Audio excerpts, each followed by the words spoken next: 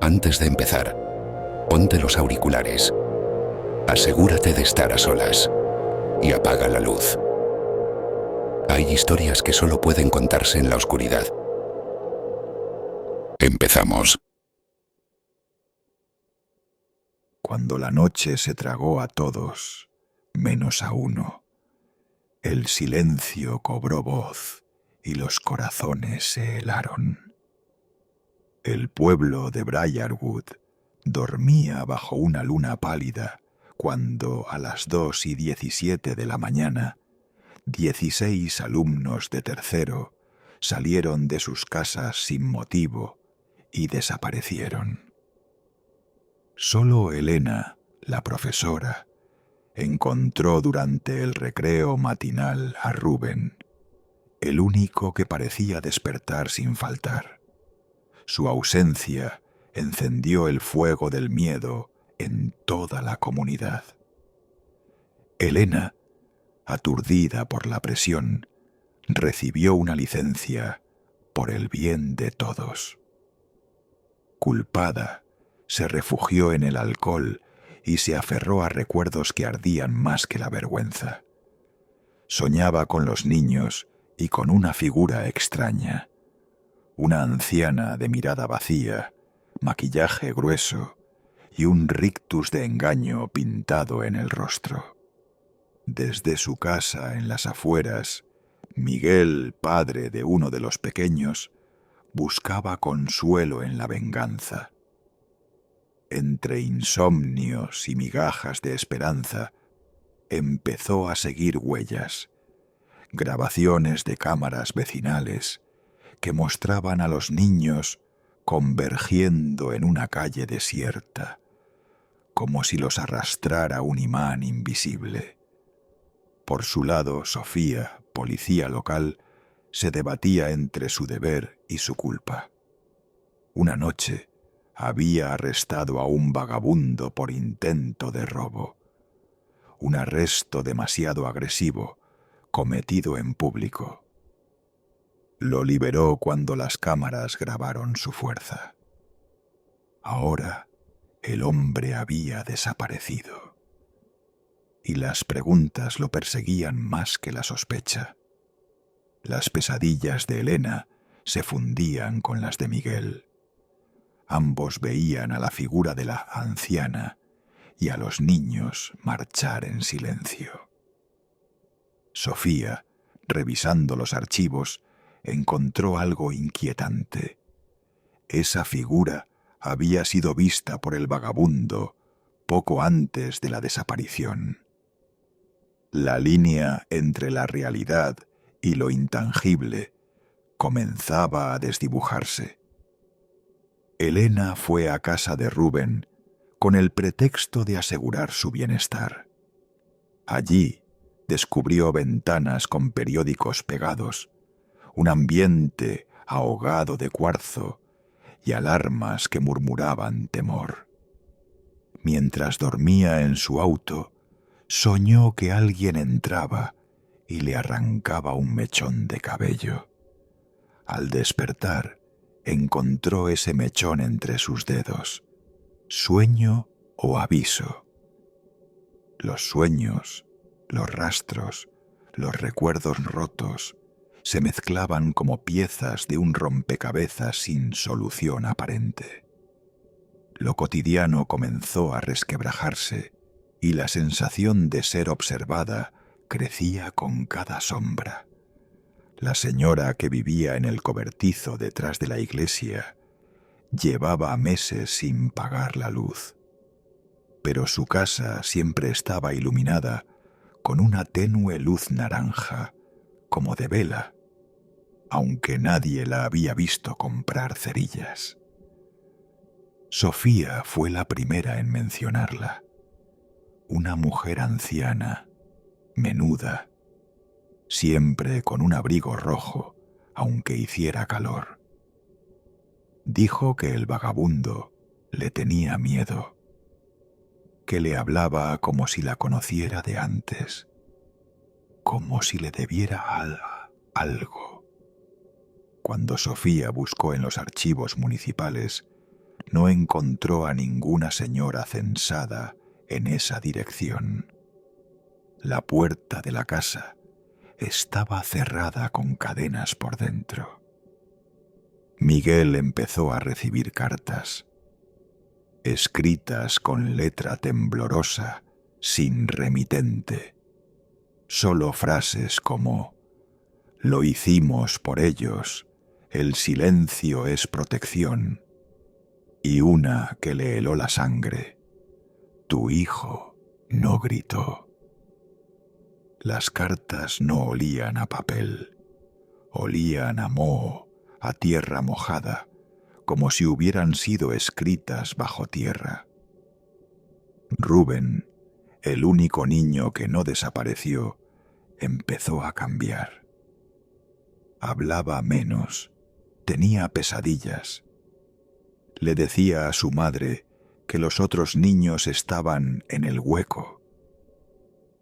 Dibujaba figuras en la pared con tierra, niños sin rostro, cadenas y ojos por todas partes. Su madre intentó ocultar los dibujos con pintura blanca. A la mañana siguiente, los dibujos habían reaparecido, tallados en la madera. Elena, desesperada, se encerró en su antigua aula por la noche. Quería escuchar lo que había pasado. En la oscuridad del salón, se durmió con el oído pegado al suelo. Soñó con pasos.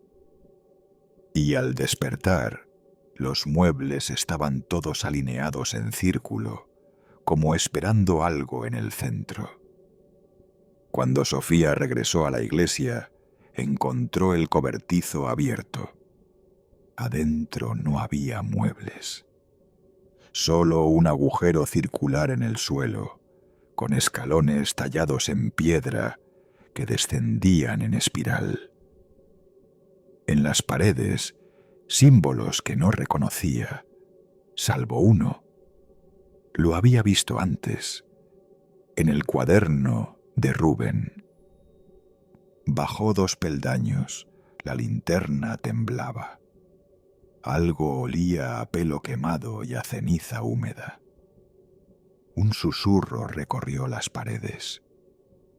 Subió de inmediato, cerró la puerta con la cadena que aún colgaba, y al girarse encontró un mechón de cabello negro sobre el capó de su coche.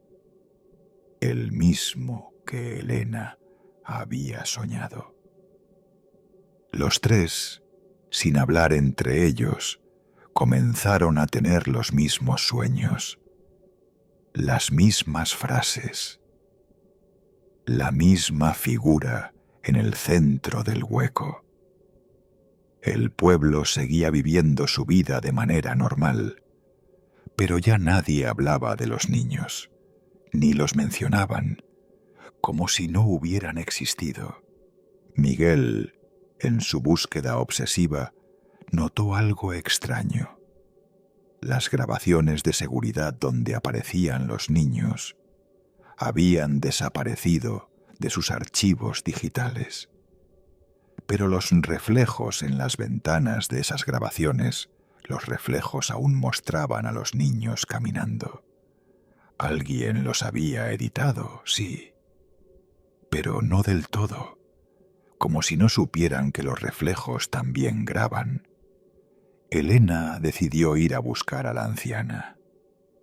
Esta vez no sola. Convenció a Miguel y a Sofía de entrar al cobertizo con ella. Bajaron. El espiral parecía descender eternamente. Los escalones crujían sin romperse, y en el fondo, un cuarto con espejos, todos cubiertos con sábanas. Uno por uno los fueron descubriendo. En cada espejo, una escena diferente, una escuela vacía, un salón lleno de niños, un aula donde Elena grita, pero nadie la escucha. Una sala donde Miguel entrega a su hijo a una figura encapuchada. Una celda donde Sofía apunta su arma a alguien que se parece mucho a ella misma. La realidad se cuarteaba y los espejos empezaban a empañarse. La voz de un niño detrás de ellos murmuró: «Nosotros no elegimos, solo obedecimos». Cuando giraron no había nadie, pero todas las sábanas habían vuelto a cubrir los espejos, y una última frase aparecía tallada sobre el muro. Ellos sabían, ustedes también. La primera en enterarse fue Sofía. Comenzó a hablar con alguien invisible. En su departamento, las cámaras de seguridad la mostraban discutiendo, suplicando, amenazando al aire. Le suspendieron del servicio.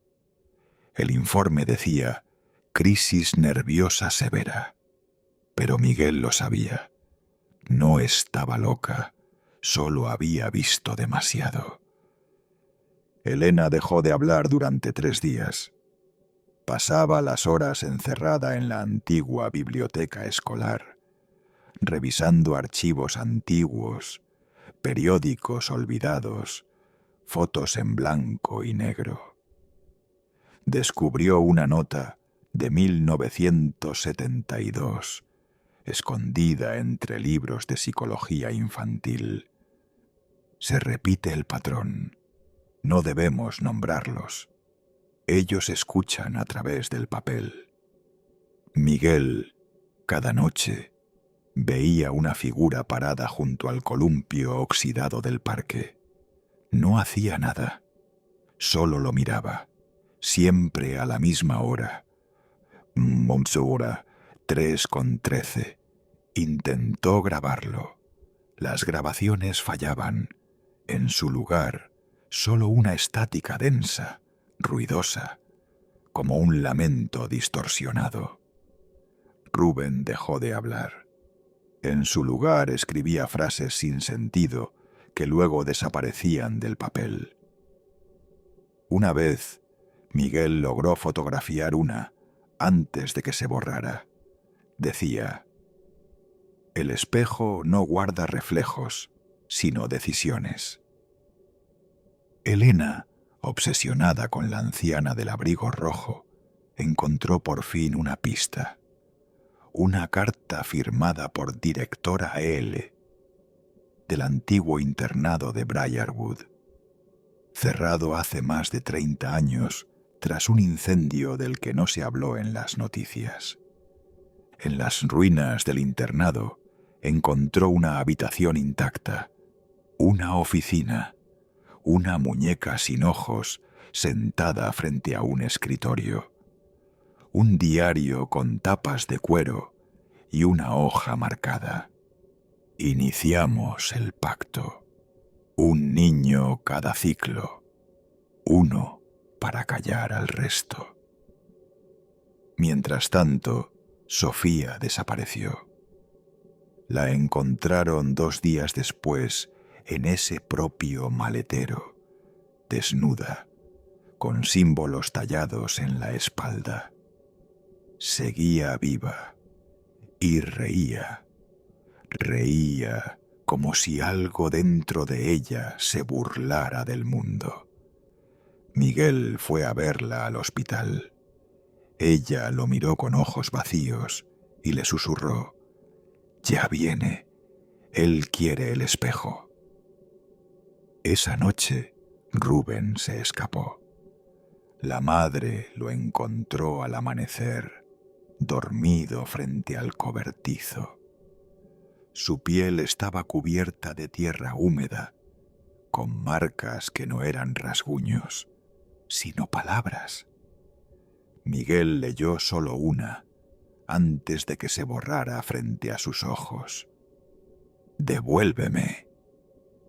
Elena volvió al hueco con una linterna y el diario. Abajo, los espejos estaban rotos, todos menos uno, el más grande, y en su reflejo vio algo que no podía ser. Se vio a sí misma, anciana, con abrigo rojo, pintada, deformada, con la sonrisa helada de una máscara que no se quita. Gritó. Miguel la encontró en el suelo, horas después, murmurando: «Yo no la busqué. Ella siempre fue yo». El espejo no reflejaba ya su imagen, sino el aula, con los niños, todos sentados mirándola, esperando algo. Faltaba solo una silla. Elena despertó en su cama, con las uñas sucias de tierra y la garganta ardiente. El diario del internado ya no estaba. Solo había una nota: «Gracias por abrir la puerta. Ahora solo queda cerrar el círculo». El pueblo empezó a cambiar. Más niños desaparecieron. Nadie hablaba de ellos. Las fotos se desvanecían de las paredes, los nombres se borraban de los registros. Los recuerdos eran niebla. Briarwood ya no recordaba, pero alguien sí, y ese alguien estaba a punto de contar la verdad. Rubén ya no era Rubén. Eso lo entendió Miguel la noche en que lo escuchó hablar dormido, en una voz que no era la suya. Era profunda, áspera, llena de ecos, como si viniera desde el fondo de un pozo olvidado. «No es culpa nuestra», decía la voz. «Ellos eligieron primero». Elena, encerrada en su casa, garabateaba nombres que nadie conocía. Parecían antiguos, como de otro idioma. En las paredes, en su piel, incluso en el vapor del espejo. Cuando Miguel la visitó, ella no lo reconoció. Solo repitió: «Los espejos eran portales. No debimos mirar». En la iglesia el cobertizo desapareció. No fue demolido. No quedó ni rastro, ni madera, ni huellas, ni cimientos. Solo hierba húmeda y un olor a quemado, persistente, como si algo se hubiera ido o despertado. Sofía fue trasladada a una unidad psiquiátrica en otra ciudad. Dijo una sola frase antes de irse: «Nadie los mató. Ellos se deshicieron, como humo». Miguel encontró el diario del internado en su buzón, empapado por la lluvia. Una página nueva había sido escrita. No por Elena. Era una confesión firmada por la directora L. Decía que cada 30 años el pacto debía renovarse, que los niños eran el sello, que si alguien recordaba demasiado, el círculo se abría, y una frase final: «Briarwood fue fundado para olvidar, pero ustedes recordaron». Elena desapareció esa misma semana. Nadie la buscó. Miguel intentó huir del pueblo con Rubén, pero al cruzar el puente principal encontraron un muro invisible. No se veía, solo se sentía una barrera de aire denso como gelatina. Volvieron por miedo o por obligación. Las casas comenzaron a cerrarse solas. Las luces se apagaban durante horas. El cielo tenía un tono diferente, como si el sol se filtrara a través de agua sucia. Entonces lo entendió. No era que el pueblo se olvidara de los niños, era que los niños se olvidaban del pueblo, como si nunca hubieran existido. Rubén, una noche, caminó solo hasta el parque. Miguel lo siguió.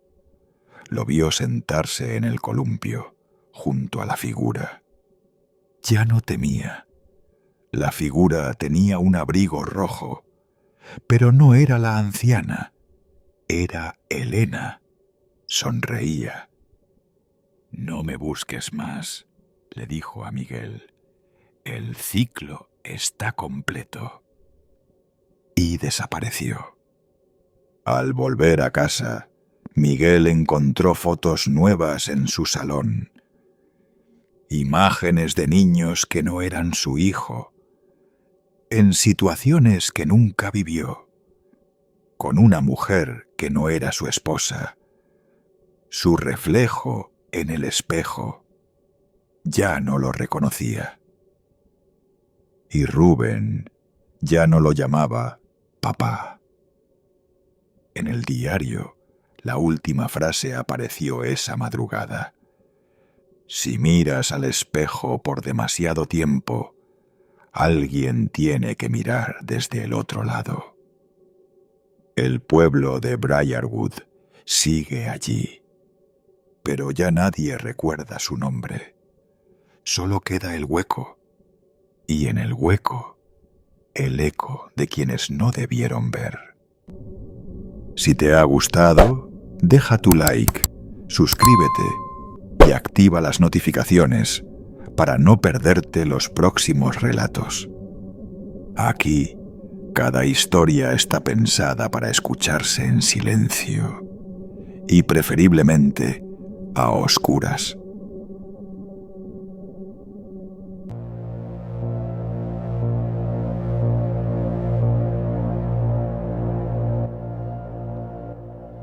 Cuando la abuela murió, nadie quiso el espejo. Tenía un marco negro, pesado, siempre frío. Judy lo encontró en el desván, cubierto por una sábana amarilla. Algo en su interior le decía que no debía tocarlo, pero lo hizo.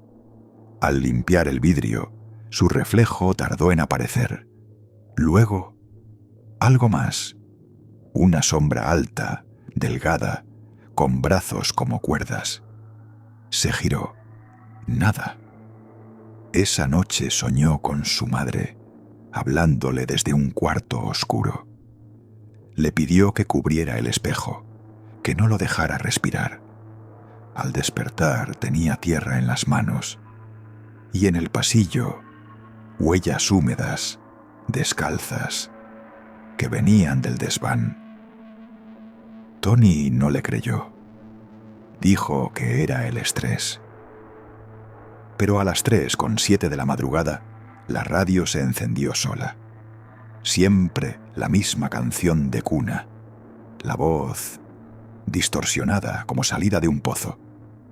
La madera del espejo crujía. Los retratos familiares aparecieron dados vuelta. Y sobre el vidrio, marcas de garras. El padre Murphy fue a bendecir la casa. Callado, meticuloso, hasta que vio el espejo. Se detuvo. Dijo que no estaba maldito, estaba poseído y que alguien ya había intentado destruirlo. Por detrás el marco tenía grietas, golpes furiosos, pero el vidrio seguía intacto. Judy encontró un recorte entre los libros de Lorraine. Hablaba de una familia en Pensilvania, un espejo maldito, fenómenos violentos. Lorraine había escrito una nota al margen. Rompimos el espejo, pero volvió a aparecer. Él siempre vuelve. ¿Él? Judy se encerró en el baño. Apagó la luz. Quería pensar. pero el espejo no devolvió su reflejo. Mostró a Tony, de pie, con la garganta abierta, y detrás, algo colgando del techo, como un murciélago de carne. Judy corrió por el pasillo sin pensar, gritando el nombre de Tony. La casa estaba muda. Solo el tic-tac del reloj de pared.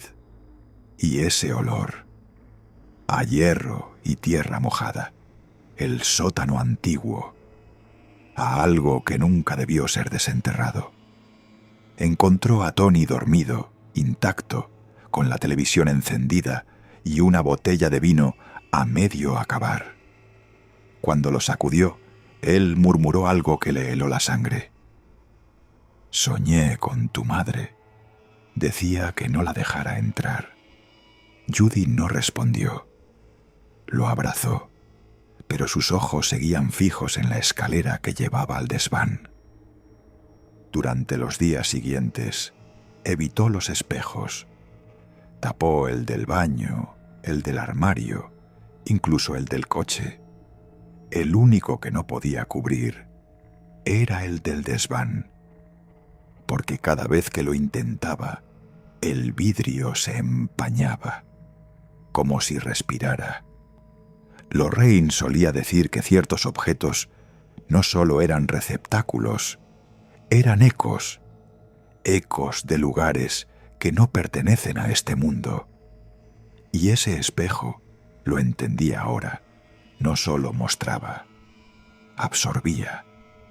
Lo que más le aterraba no eran las visiones, era cómo se sentía después de cada una, como si algo dentro de ella se hubiera apagado, como si ya no le perteneciera. El padre Murphy accedió a volver, pero esta vez no vino solo. Trajo consigo un libro grueso, sin título en la portada, encuadernado en cuero oscuro. Dentro había símbolos antiguos, dibujos de espejos, puertas, cosas sin ojos. «Esto no es demonología clásica», dijo. «Es más antiguo, más primitivo». Judy abrió una página al azar. Reconoció el símbolo que su madre dibujaba en la parte trasera de sus diarios. Un círculo roto por una línea en espiral. Murphy lo llamó el signo de la grieta. Una abertura entre planos. Un umbral hacia un lugar al que solo se entra si se ha sido llamado. El espejo era una grieta y alguien estaba llamando. Tony empezó a cambiar. Se volvió más callado, más frío. Se despertaba sudando, con marcas en los brazos. Decía que soñaba con una niña sin rostro, que se paraba frente al espejo y lo invitaba a jugar. Judy, en su desesperación, escribió a antiguos contactos de sus padres. Uno le respondió, el doctor Manzanedo, un experto en simbología arcana. Le pidió que enviara una foto del espejo. Ella lo hizo. La respuesta llegó esa misma madrugada. Deshazte de él. Quémalo. Huye. Pero cuando intentaron sacarlo del desván, fue imposible. No por el peso, por la casa. Cada vez que intentaban moverlo, las puertas se cerraban solas. Las luces explotaban. Tony convulsionó cuando puso las manos sobre el marco. El padre Murphy intentó un exorcismo menor. Pero el espejo no reflejaba al sacerdote. Mostraba algo que lo imitaba. Algo con su sotana, pero con la boca llena de dientes, los ojos en blanco, las manos goteando cera negra.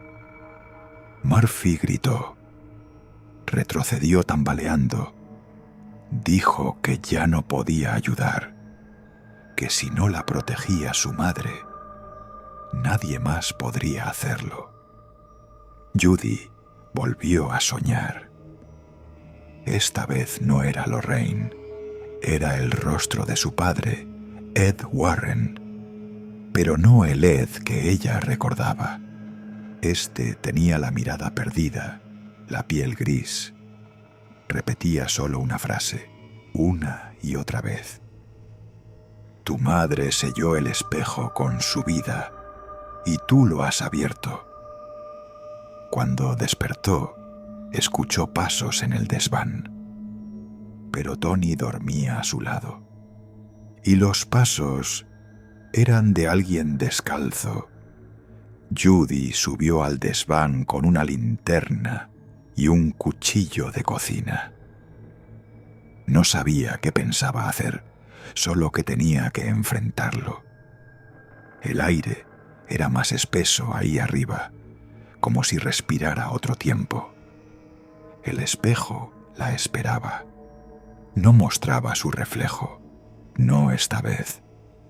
Mostraba una habitación antigua, con papel tapiz desgarrado y un reloj sin manecillas. En el centro, una figura encapuchada sostenía algo en los brazos. Un bebé, llorando. La imagen cambió. Ahora veía a su madre, joven, tocando el espejo con la punta de los dedos. De fondo, los gritos de Ed, suplicándole que se alejara. El momento exacto en que Lorraine selló el espejo. El espejo era una trampa. Y Judy, sin saberlo, acababa de romper el sello. Escuchó un golpe detrás de ella. Tony, con los ojos desorbitados, estaba parado en la escalera. Tenía la voz ronca, como si hablara desde muy lejos. Ella quiere entrar, Judy. Dice que tú la dejaste salir. Intentó abrazarlo, pero él retrocedió. Ya no soy yo, susurró, y se derrumbó como un muñeco roto. En su brazo, escrito con sangre, aparecía un nombre que Judy no recordaba haberle dicho a nadie. Miriam, el nombre que Lorraine murmuraba en sus peores pesadillas. Miriam, la mujer del espejo. La entidad no era un demonio común. Era un eco de una bruja ejecutada siglos atrás, que prometió regresar a través los reflejos de quienes la miraran. Y Judy la había mirado. Esa noche la casa se quebró. Los espejos estallaban por su cuenta. Las paredes sangraban un líquido espeso y negro. Las luces no parpadeaban, latían como un corazón. Tony empezó a escribir compulsivamente con una tiza en la pared. Círculos, ojos abiertos, símbolos que no conocía. Cuando Judy intentó detenerlo, él solo decía: «La puerta se ha abierto. Ella está cruzando». El espejo ya no mostraba otra habitación. Mostraba la suya, pero con las cosas ligeramente fuera de lugar. Las fotos colgadas al revés, la cama hecha, pero vacía, y sobre todo el reflejo de una versión de sí misma que no parpadeaba ni respiraba. Murphy volvió por última vez, sin sotana, sin libros, solo con una campana rota y una oración en latín escrita en un trozo de papel. «Esto no es para salvarte», le dijo. «Es para encerrarla de nuevo, pero necesitas un sacrificio». Judy comprendió. Lorraine no la salvó por amor. La salvó a cambio de su propia energía vital. Fue ella quien selló a Miriam en el espejo, usando su conexión psíquica. Ahora, solo una sangre vinculada podía volver a cerrar el umbral. Judy se preparó para morir. Encendió velas, colocó el espejo en el centro de la sala y ató a Tony a una silla. No quería que interfiriera. Murphy recitó las palabras. El vidrio comenzó a agrietarse. no de forma física, sino desde dentro, como si algo rascara con uñas el otro lado. Y entonces Miriam habló, no con palabras, con recuerdos. Judy la escuchó reír con la voz de Lorraine. Escuchó a Ed tocando el piano. Revivió la última Navidad con sus padres. Todo para debilitarla, para que bajara la guardia. Murphy le entregó la campana. Le pidió que la hiciera sonar solo si estaba dispuesta a entregar todo lo que tenía. Su don, su memoria, su alma. Judy hizo sonar la campana. El sonido no era metálico ni claro. Era profundo, como un grito ahogado entre ruinas. El espejo vibró y las velas se apagaron sin viento. Murphy comenzó a convulsionar. Cayó de rodillas, sangrando por la nariz. El papel con la oración se quemó en sus manos. Judy sintió que algo le rasgaba la espalda desde dentro, como si su columna fuera una antena. Miriam estaba entrando. En el espejo la figura encapuchada alzó el rostro. Era ella, con los ojos llenos de gusanos y la boca hilada con alambres. No necesitaba hablar. Judy sabía lo que quería: habitar su cuerpo, ser carne otra vez. Judy agarró el cuchillo, lo levantó frente al vidrio. Pensó en su madre, en cómo vivió toda su vida luchando contra cosas que el mundo se niega a aceptar, y en cómo, al final, nadie pudo salvarla, ni siquiera Ed. Con la hoja en el pecho, lista para el sacrificio, algo cambió. Una melodía, la misma canción de cuna que Lorraine le cantaba de niña, pero ahora dulce, clara, protectora. La linterna cayó al suelo. El haz de luz se reflejó en el vidrio. Por un segundo el espejo mostró otra cosa. A Lorraine, joven. Sonriendo, Judy bajó el cuchillo. «No vas a entrar», dijo. Colocó ambas manos sobre el espejo. Repitió las palabras que su madre le enseñó a decir cuando tenía miedo. «Lo que vive en la sombra no puede tocar mi luz». El espejo comenzó a romperse desde dentro, no con grietas, sino con fuego. Un fuego blanco que lo consumió desde el centro hacia los bordes. Miriam chilló, no con voz humana, sino con un sonido como de cristales rotos dentro del agua. Y entonces, silencio. El espejo era solo un marco vacío, cenizas sobre la alfombra. Murphy estaba muerto. Tony despertó horas después, sin recordar nada. Solo sus ojos enrojecidos y su cuerpo empapado en sudor. Nunca volvieron a hablar de lo ocurrido. Quemaron el marco, renovaron la casa. Eliminaron todos los espejos salvo uno, el del baño, pequeño, empañado, sin filo. Años después, Judy dio a luz a una niña. La llamó Lorraine, y cada vez que la arropaba por las noches, le cantaba una canción de cuna. Una muy antigua, una que solo se oye en los pasillos de ciertas casas cuando las luces tiemblan y los espejos parecen respirar.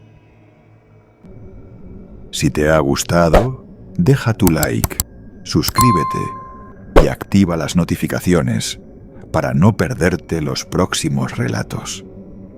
Aquí Cada historia está pensada para escucharse en silencio y preferiblemente a oscuras.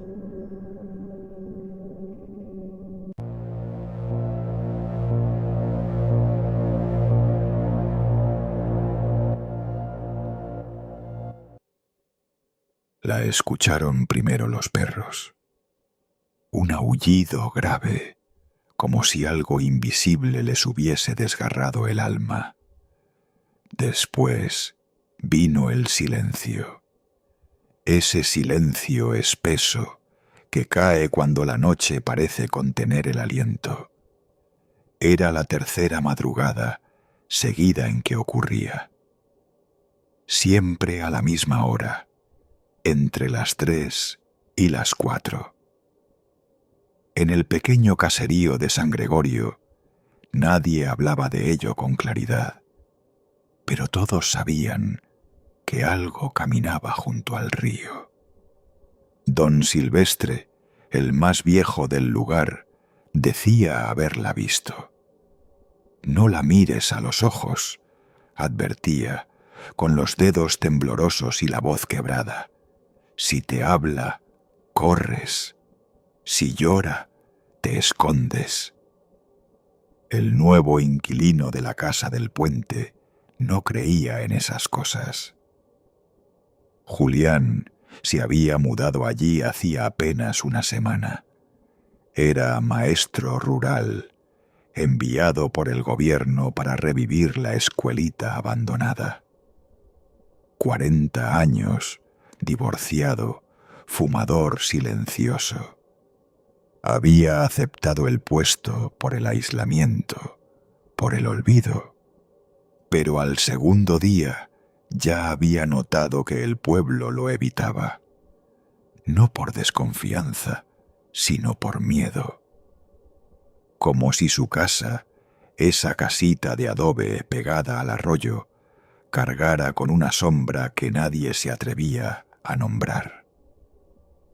El primer llanto lo escuchó un martes. No era el sollozo agudo de una mujer asustada. Era algo más profundo, un lamento que no buscaba ayuda, sino que arrastraba dolor. Julián se despertó empapado en sudor. Afuera, todo seguía inmóvil. Solo el murmullo del agua y ese sonido, como si el río llorara por dentro. Pensó que era un sueño, o un animal, o el eco de su propia tristeza. Pero entonces lo escuchó de nuevo, más cerca. La luz de la lámpara titiló 2 veces antes de apagarse por completo. Julián tomó la linterna y bajó las escaleras. Sus pasos resonaban en el piso de madera. La casa olía a humedad vieja, a ropa de muerto guardada demasiado tiempo. Al abrir la puerta del frente, se encontró con una niebla densa que parecía brotar del mismo suelo. Apenas podía ver el portón. Y ahí, entre la bruma, distinguió una silueta.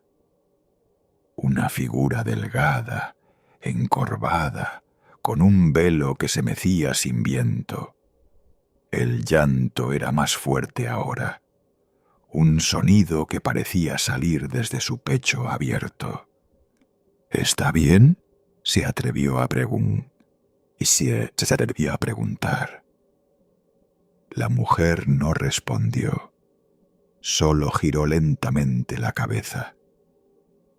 Julián no pudo ver su rostro, solo una sombra manchada, algo que no estaba hecho para ojos humanos. Y entonces ocurrió. Una voz le susurró al oído desde atrás, helándole la espalda. «No la mires». Julián se giró bruscamente. No había nadie. Pero cuando volvió la vista al frente, la figura había desaparecido. Solo quedaba el portón abierto de par en par. Y en el umbral, una huella húmeda de un pie infantil. A la mañana siguiente fue al pueblo. Pidió hablar con el párroco. Nadie respondió. Entró a la tienda de comestibles y la mujer tras el mostrador fingió no verlo. Finalmente, don Silvestre lo llamó desde la sombra de un árbol. «¿Le lloró, verdad?», preguntó sin rodeos. Julián asintió. El viejo lo miró con pena, como quien ya ha visto ese destino antes. Ahora ya no hay marcha atrás. Le contó la historia entre pausas, como si cada palabra doliera. Hace más de 100 años, una mujer del pueblo había perdido a sus hijos en el río. Nadie supo cómo. Algunos decían que fue accidente, otros que los había ahogado en un momento de locura. La verdad exacta se perdió con los años, pero lo que quedó fue su grito y su condena. Camina por los márgenes del agua buscando a sus niños. A veces llora, a veces grita, pero lo peor es cuando guarda silencio, porque eso significa que está dentro de la casa, dentro de ti. Esa noche, Julián no pudo dormir. Había sellado puertas y ventanas, había puesto sal en los umbrales, como le indicó el viejo. Pero el aire en su cuarto se sentía espeso, irrespirable. A las 3:15, la lámpara parpadeó otra vez. Y esta vez no fue solo el llanto lo que escuchó. Fue una vocecita suave, aguda, apenas un murmullo infantil, diciendo desde el pasillo: «¿Papá?». Julián se quedó helado. Esa palabra, esa maldita palabra. Era imposible confundirla. Un niño le acababa de llamar papá. Sintió como la piel se le erizaba desde la nuca hasta los pies. El sudor frío se mezclaba con el temblor incontrolable de sus manos. La voz no volvió a repetirse, pero el eco de ese diminuto papá le siguió vibrando dentro del cráneo como un insecto atrapado. Se levantó con torpeza. No encendió la linterna. No quería verla. No quería confirmar lo que ya intuía. Pero sus pies lo arrastraron fuera de la habitación, como si fueran guiados por algo más. El pasillo estaba oscuro. Un olor húmedo, como a tierra removida, flotaba en el aire. Y entonces lo sintió. Algo rozó su tobillo. Bajó la vista. No había nada. Pero al alzar la vista de nuevo, la vio. Parada al fondo del pasillo, delgada, empapada, la cabeza inclinada hacia un lado, el cabello pegado al rostro como algas. No se movía, solo estaba ahí, esperando. Julián retrocedió un paso, y la mujer dio uno hacia él. No hizo ruido, no cambió el gesto, solo avanzó. Y entonces lo entendió. Esa cosa no quería asustarlo, quería que la siguiera. Huyó. Se encerró en el baño, con el pestillo chirriando entre sus dedos. La escuchó pasar. No caminaba, se deslizaba, y con cada segundo el llanto volvía a hacerse presente, lento, agónico, como si el dolor mismo llorara a través de ella. Julián se cubrió los oídos, rezó, maldijo, pero nada funcionó. Cuando por fin amaneció, ella ya no estaba. Solo quedaba el espejo empañado, con algo escrito en él desde dentro. Devuélvemelos. A la tarde siguiente volvió a ver a don Silvestre. El viejo lo esperaba en la entrada del cementerio, con una caja de madera entre las manos. No quiere venganza, joven. Quiere justicia o algo que se le parezca. Abrió la caja. Dentro había un rosario viejo, una cinta azul desteñida y una muñeca rota con la cara quemada. Los encontraron río abajo. Nadie supo cómo llegaron tan lejos. Esto es todo lo que quedó de ellos. Julián no sabía qué hacer con eso. Llévale esto esta noche. Deja la puerta abierta y no la mires. El reloj marcó las 3 con exactitud. El viento soplaba extraño esa noche, como si murmurara en otro idioma. Julián colocó la caja sobre la mesa del comedor, dejó la puerta entreabierta y esperó. El llanto llegó como una marea, primero sutil, luego creciente, como si se filtrara desde el suelo, desde las paredes, desde el agua misma que dormía bajo la tierra. Y luego, silencio. La puerta se abrió sola. Un crujido lento, agónico. Ella entró. No caminaba, flotaba apenas a centímetros del suelo. Su ropa goteaba oscuridad. Los cabellos se agitaban como tentáculos vivos. Se detuvo frente a la mesa. Sus dedos temblorosos se acercaron a la caja, la abrió. Y por un instante dejó de llorar. El silencio fue más aterrador que el lamento. Julián no se atrevió a respirar. La mujer giró levemente la cabeza hacia él. No tenía ojos, solo 2 cuencas profundas, vacías, pero parecía mirarlo.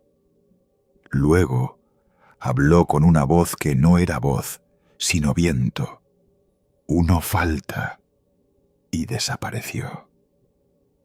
Al día siguiente, Julián volvió con don Silvestre. ¿Uno falta?, repitió el viejo, rascándose la barba blanca. Miró hacia el suelo, pensó, negó. Tal vez no sea un objeto. Tal vez busca el alma. Julián sintió que algo dentro de él se rompía. No eran sus hijos, dijo el viejo con voz baja. Eran ajenos. Ella los tomó y ahora busca pagar el precio.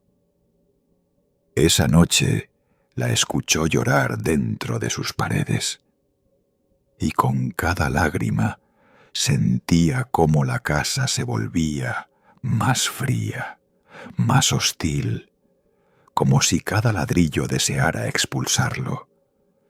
Pero lo más terrible fue el sonido que vino después, una risa infantil, delgada, hueca, y luego pasos pequeños corriendo por el techo. Los pasos se detuvieron justo sobre su cama. Julián no se movió. No respiró, no pensó, solo escuchó.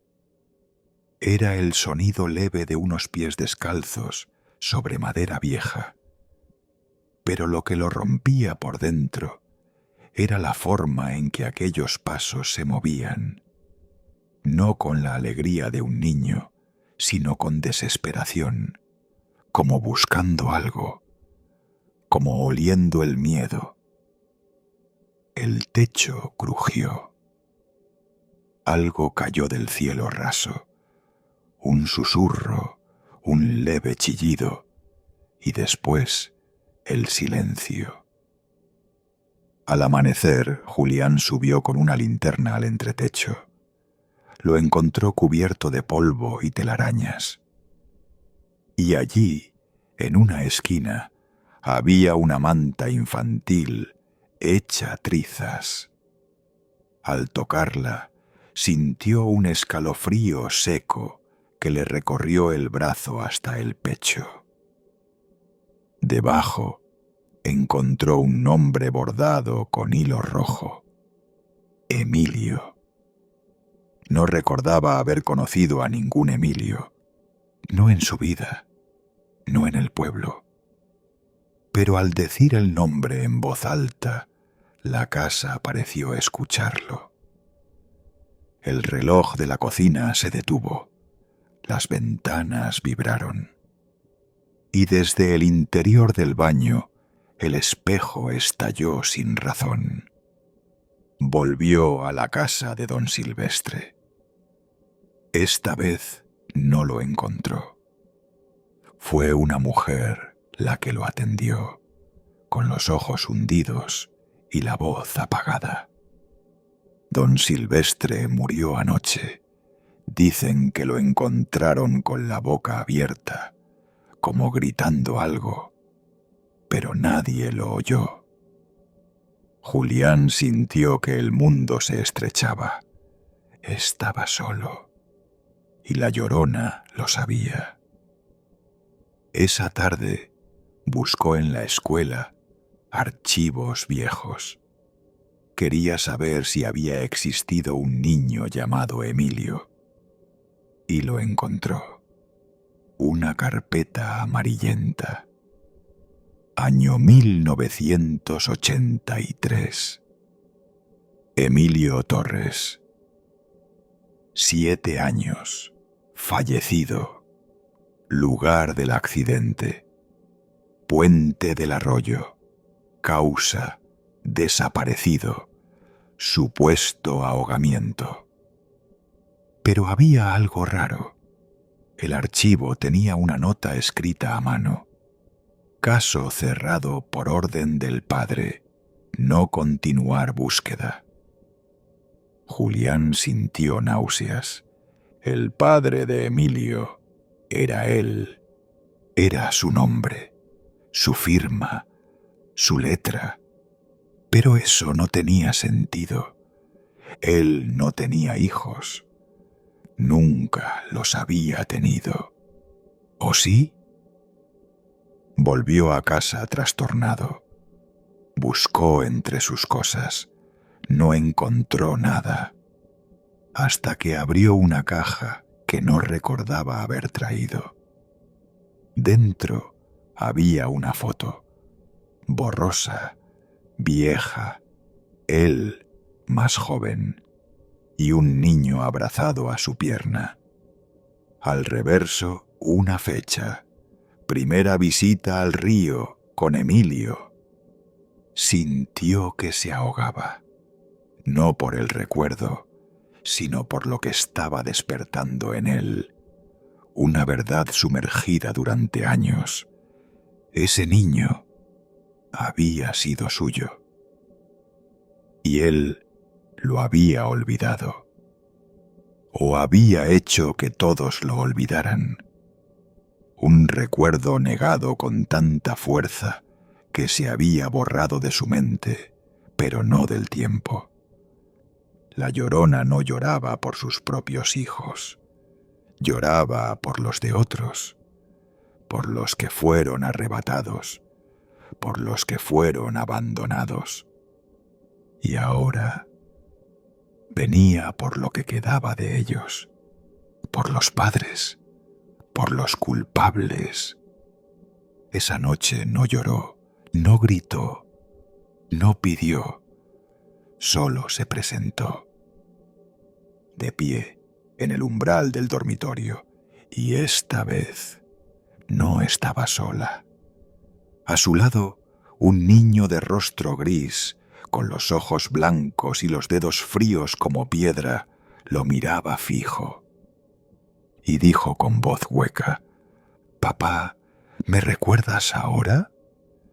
Julián no se movió, no respiró, no pensó, solo escuchó.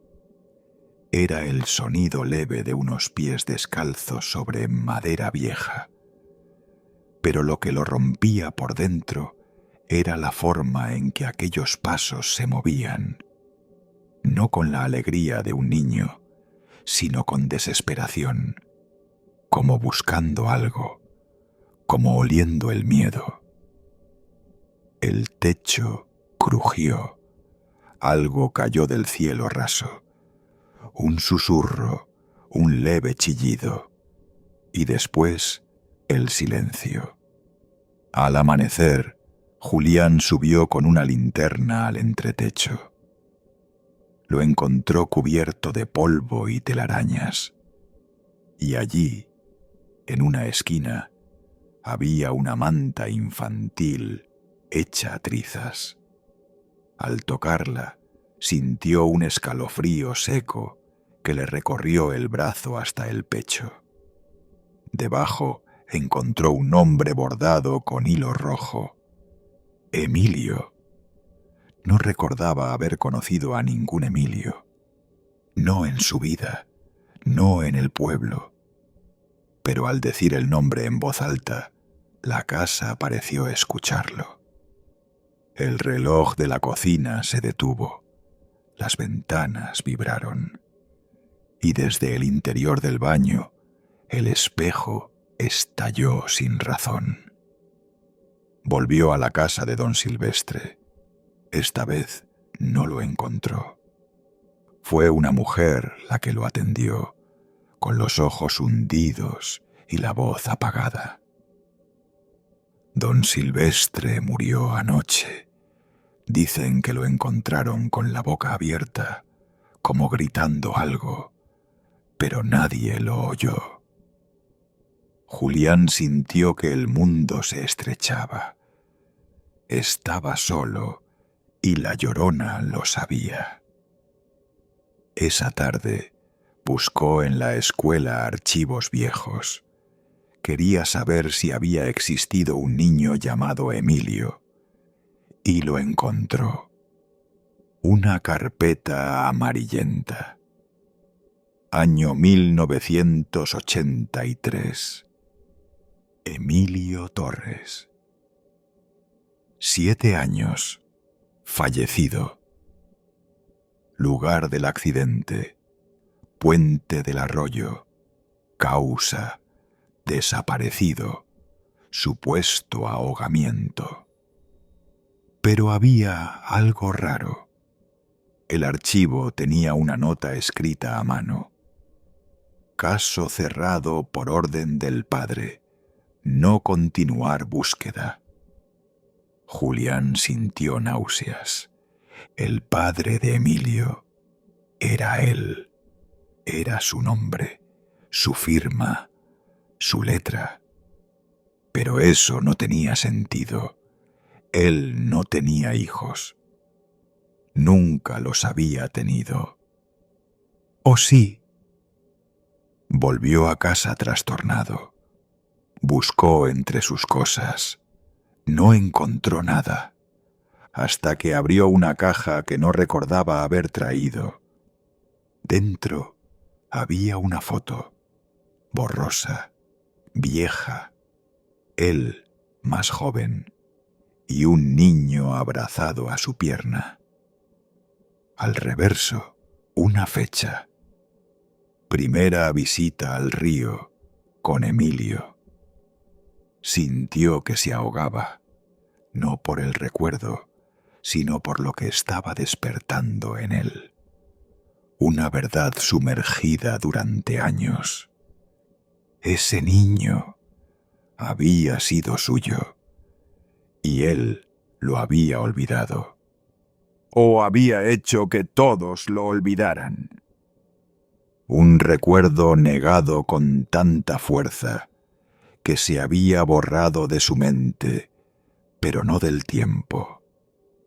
La Llorona no lloraba por sus propios hijos, lloraba por los de otros, por los que fueron arrebatados, por los que fueron abandonados.